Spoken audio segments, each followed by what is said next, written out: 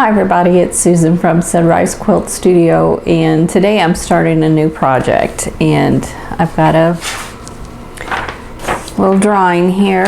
I'm trying to use up more of the fabric from the flower garden quilts. I have quite a bit left over from that fat quarter bundle, so I'm going to work on another quilt for that. And it's a 2-block quilt, one with it's a star block and the other is a chain block, so this is going to be a little bit different. And I'd like for you to stay through the end of the video because I'm going to show you some photographs of a viewer quilt project. This is from Sheila, and Sheila made the flower garden quilt.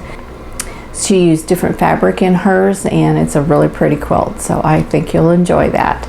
So I hope you'll stay tuned, and I'll show you what I'm doing with this new quilt, and I'll do a demo on the chain block, and then I'll show you some of Sheila's photos. Today I'm going to start a new project. This is going to be a 2-block quilt, and I'm going to use a Honeymoon block and a Pennsylvania block. Now the Pennsylvania block is a chain block, so it kind of ties everything together. And I want to show you my EQ8 pattern that I came up with. So this block here is the Pennsylvania block, and then this is the Honeymoon block, so it's a star block. And these patterns, or these fabrics, are all left over from the Love Note fat quarter bundle that I had, plus I had some yardage. I have yardage of the pink hearts, and I have some yardage of the green herringbone also.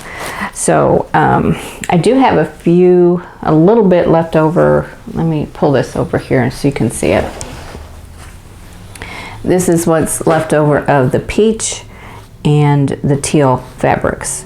So I've got some of this, but I thought I would concentrate more on the pink and the green for this quilt. So I want to also use some of these lights here, these low volumes, and so I'm combining those into the quilt. And we have let's see, what else do we have? We have this. So there were quite a few, and there's another one. So I'm going to combine all of these. I'm going to include all of those in the quilt too. So when I first came up with this pattern design, I made it all in the teals and the peaches because those were my favorite fabrics out of this line. And all the blocks, all the star blocks were the same, and all the Pennsylvania blocks were the same. And in this design, these 4 blocks are the same, and then I have these 2 the same and these 2 the same. And the reason I did that was I calculated what fabric I had left and how much I could get out of it. So even though it looks like a lot, in order to make this quilt, I was going to have to use different fabrics in these blocks. So it's going to look a little more scrappy than what I originally planned, but that's fine. So I'm going to start cutting these up. I'm going to work on the Pennsylvania block first, and then I'll do a little step-by-step tutorial for you on that. That is a simple block. There's no points in it. They're all just squares. So we'll do that. So I have written a pattern for this, and you can get that in the description box below. There'll be a link where it'll take you to my blog and to the page that pattern is on, so you can get that if you want. And you can make it any way you want, whatever fabrics you want. You can make all your blocks the same fabrics, or you can mix them up like I did here. So I just want to use up more of this fabric and move on to a couple other projects that I've got in plans made. I've got one started already, and then the other one it's just kind of in the design stages. I don't have that one designed yet, but it's coming along. So let me clear off some space, and I'll cut up some fabrics and show you how to do the Pennsylvania block. Okay, here are the pieces that you need to make the Philadelphia block. And as you can see, they're just squares. So this is a beginner-friendly quilt block. And for A and for C both, you need 4.5-inch squares. You need one of the A, which will be the center focus fabric. And for C, you need 4 of your background fabrics. For B, you'll need 8 2.5-inch squares, and D, you'll need 8 2.5-inch squares. So what you're going to do is to make 4 patch units out of the B and the D pieces, and then we'll put the block together just like a 9 patch, because there'll be 3 rows of 3 units, and that'll make the block. Okay, for this block, first thing I'm going to do, here's one of my completed blocks, and the first thing I'm going to do is to lay out the 4 patch units. And the reason I'm doing that is because these squares here with the print have a direction in them. So it's not a matter of just pairing up a print with a background. If I do that, I'm going to have some of these hearts that are going to be turned to the side or upside down, and I want them all going the same direction. So if you're using fabric that has a direction, you'll probably want to do that too, unless you don't care if they're turned in every which way. So that's all up to you.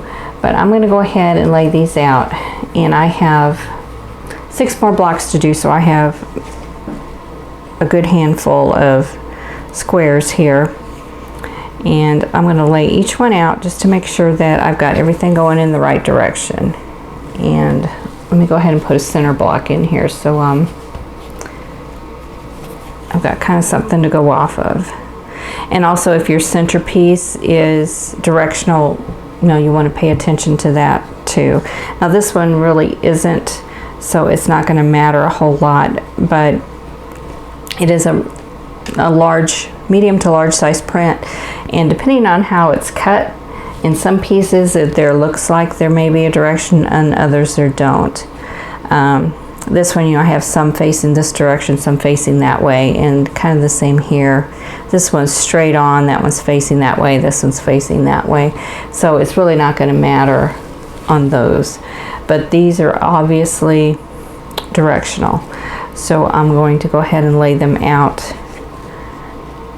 and keep them in order as I'm sewing, and hopefully I won't have to do any ripping out. It's not a big deal because this isn't a big block. So let me adjust this a little bit more. Okay, it's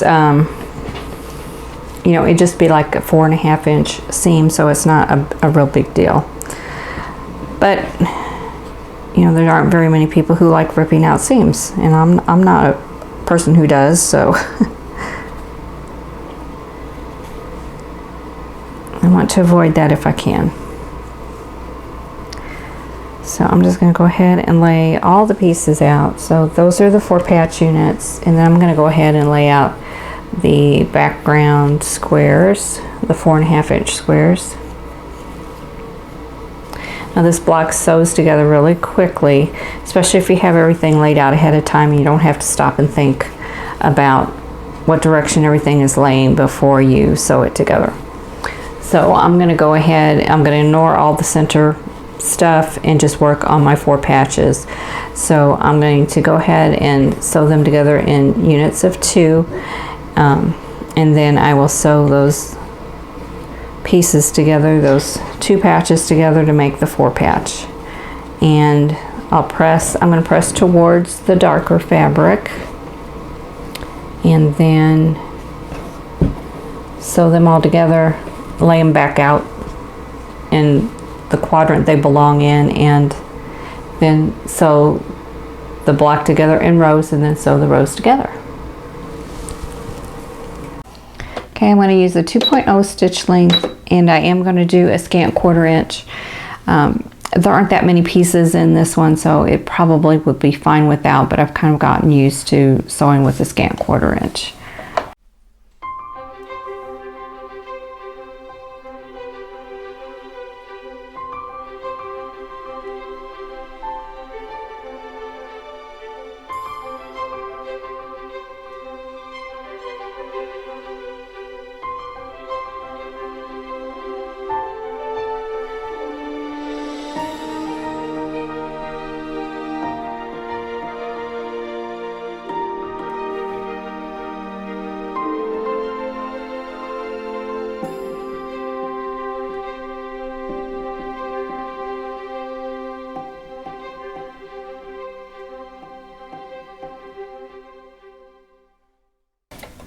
Okay, now I'm going to cut them apart and then press them open towards the pink fabric, and then sew them into the 4-patch units.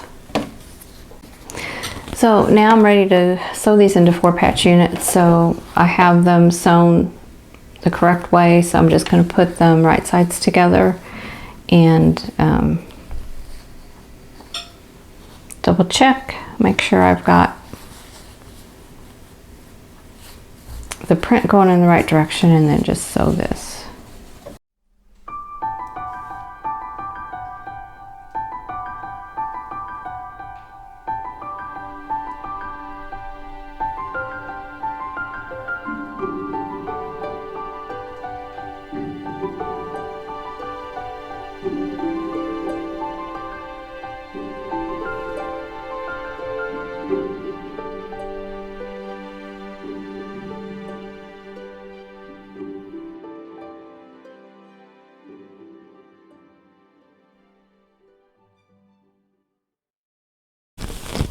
Okay, so here's the block all laid out.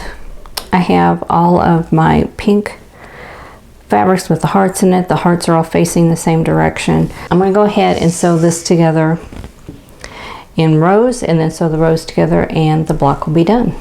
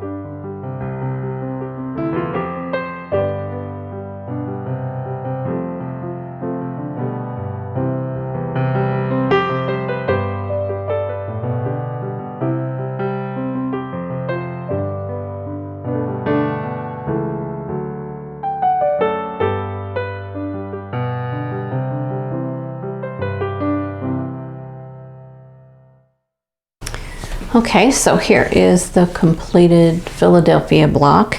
You can see it forms a chain going both directions, and you can do a lot of different things with, you know, your center. Use any kind of print you want in there. If you want, you can put another 4-patch block in there. That would have, there's probably a different name for that block. I don't know what it is offhand, but this is a good alternate block when you're doing a sampler quilt, or any quilt where you just kind of want, where you don't want the quilt with all one block. You want maybe 2 blocks. This kind of ties everything all together. So I hope you'll give this block a try.